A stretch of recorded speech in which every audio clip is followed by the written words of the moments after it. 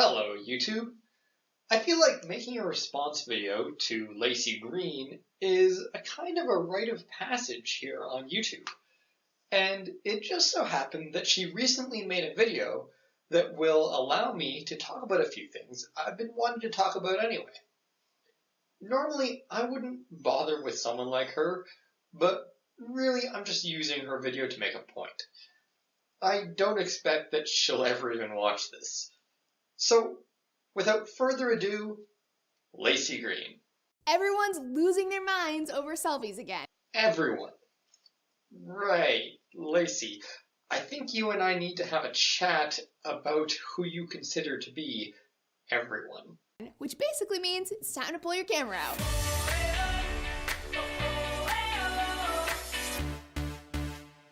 Sup everyone, Lacey Green here. Hi, Lacey. You probably saw that viral video last week where the sisters of ASU's Alpha Chi Omega sorority took selfies at a baseball game. Actually, no, I didn't. I don't usually spend my time on pointless stuff like that. But for the purpose of completeness, let's watch it now. Selfie time. Bottom four at Chase Field. D-backs drill the Rockies 1-0. And while there, maybe they'll tweet us their fan photo, BB. Now's the time, fans. Get on the Twitter with a hashtag of the whole thing, AZDataStrongFan, and you might see your fan photo at a Diamondback TV broadcast brought to you by T-Mobile. I mean, look at the one on the right. Do you have to make faces when you take selfies? Wait, one more now. Oh, there you go. Better angle.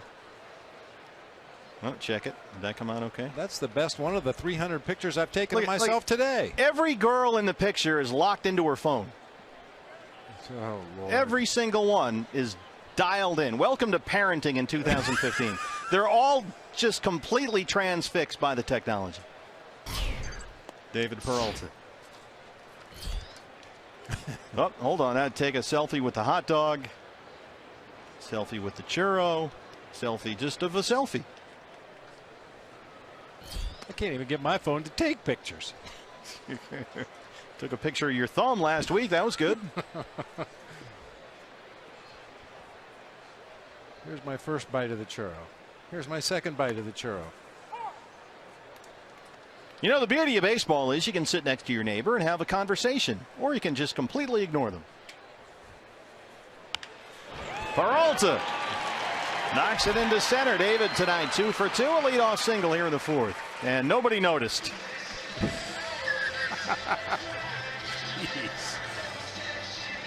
Help us, please. Somebody help us. Yeah, we need to. Can we do an intervention? How about if we send Baxter out there and he just collects all the phones? You're not getting them back to the end of the game.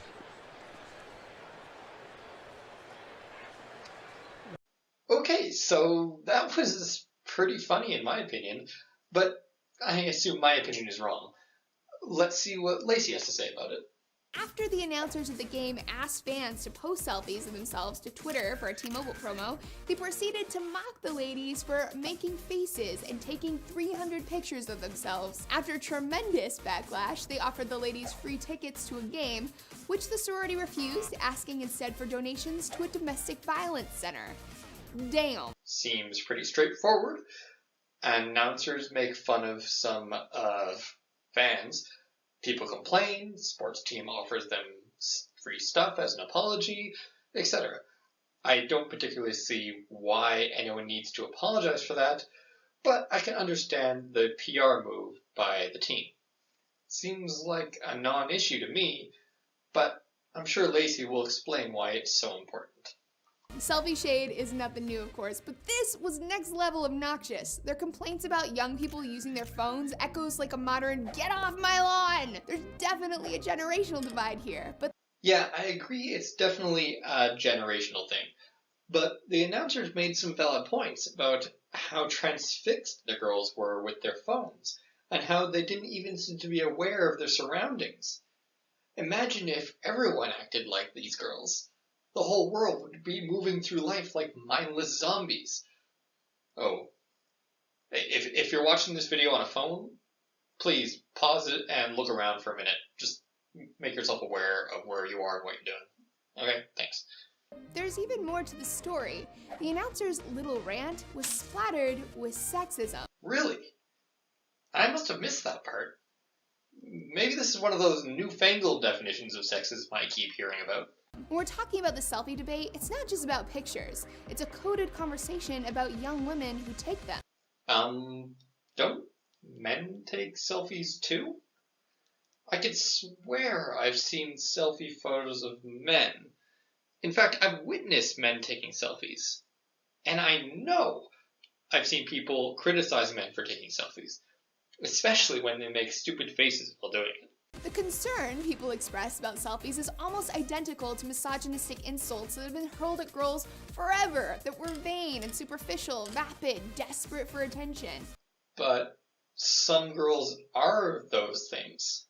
And someone who spends all their time online posting photos of themselves probably is all of those things. That we're not real fans, we're just plotting for male attention. But those girls weren't even paying attention to the game.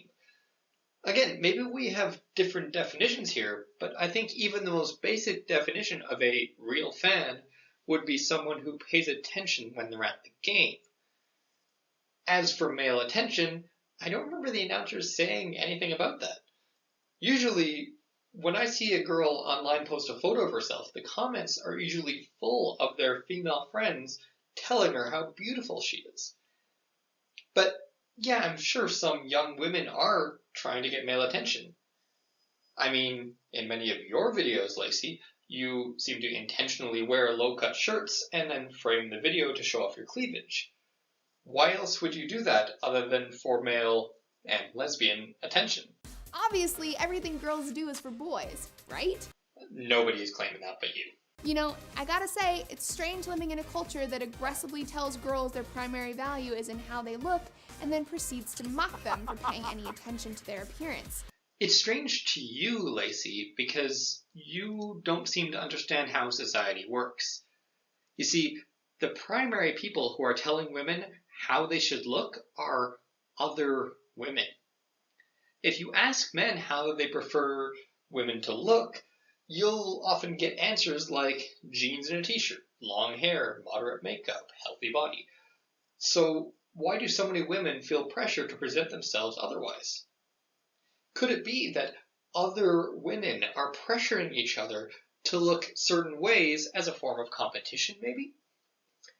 And it's not as if these baseball announcers have any part in the magazine or fashion industries. Lacey, you're acting like society is a giant monolith rather than millions of independent moving parts.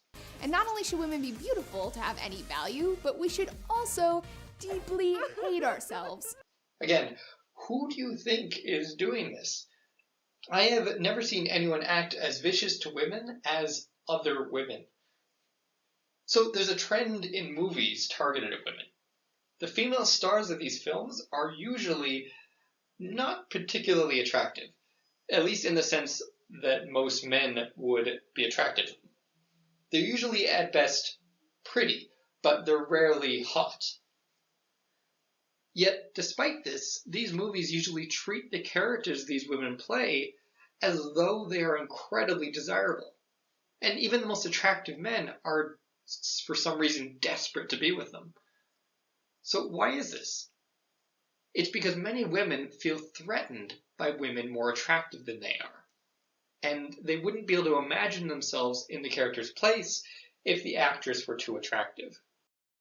So maybe, just maybe, this isn't an issue with sexism we're dealing with, Lacey. Unless perhaps it's women on women sexism. One example of this is the well-documented phenomenon of guys text messaging women compliments and then calling her ugly or a bitch if she agrees. To the best of my knowledge, that's an intentional strategy that men use because it often works. Maybe you should be focusing on why insulting a girl is a good sexual strategy, because that doesn't seem like a healthy way for girls to react to being insulted. Another example is that song What Makes You Beautiful by 1D. The heartthrobs say, "You don't know you're beautiful. That's what makes you beautiful." Why, oh why do we romanticize girls with low self-esteem? I'll try and explain this slowly to you, Lacey. So, let's say you're a man, and you're a 4 out of 10 on an attractiveness scale. This means the most attractive girl you're likely to find, who is also attracted to you, physically at least, would be at your level, or less, so 4, 3, 2, or 1. And that's because men are generally less in demand sexually than women. Now, the holy grail for such a man would be a girl who is actually, say, a 7 or an 8, but who thinks she's a 4. So this woman would be willing to date this man who would usually never be able to find a girl that's more attractive than him who's willing to date him. But there's another factor.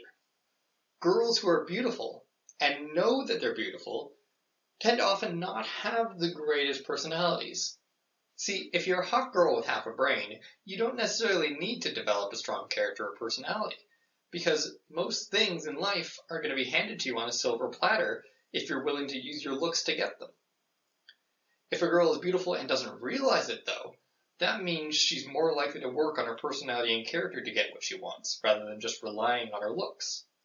It's not about self-esteem. Girls with high self-esteem are very attractive to most men, as long as the high self-esteem is not entirely based on their looks. One theory is that there are multiple multi-billion-dollar industries that rely on self-hatred to cash in. Think of the diet industry or the beauty industry. Yeah, that makes some sense. So instead of worrying about sexism, you should be thinking of ways to build up women's resilience, self-esteem, and critical thinking skills so that they can't be taken advantage of by those industries, right? Another theory is textbook sexism. Nope, I guess everything is the fault of men? I'm guessing this is somehow men's fault. Because if there's one way to build up women's self-esteem, it's to make them feel like the victims of sexism. Self-hatred ensures that women believe they're inferior, thereby giving us less power and keeping us in our place. Wow, the patriarchy sure has everything figured out. Giving women low self-esteem would indeed be a good way of bringing them down. But the only major group I see hurting women's self-esteem is modern feminism. Everything is about how women are so fragile. They can't handle insults online. They need trigger warnings and safe spaces. They need quotas and special scholarships because they're an oppressed group. Hearing constantly about how oppressed and fragile you are is bound to be bad for a person's self-esteem. And, of course, Lacey's argument here fails on another level. If there's some grand plan to keep women down, there must also be a grand plan to keep men down, because men make up the majority of all the lowest parts of society, as well as the suicide rate. So it seems sexism is keeping men at the bottom too? And for all these reasons and more, selfies can be a radical tool of defiance. What? Selfies allow young women to define themselves instead of constantly being defined by other people. Yes, they probably could be used for that, but so could a lot of other things that don't focus entirely on one's appearance. Selfies also promote better representation. It's a direct challenge to old media, where women's representation is overwhelmingly controlled by men. I'm just going to leave this image on the screen for a minute. Look at this.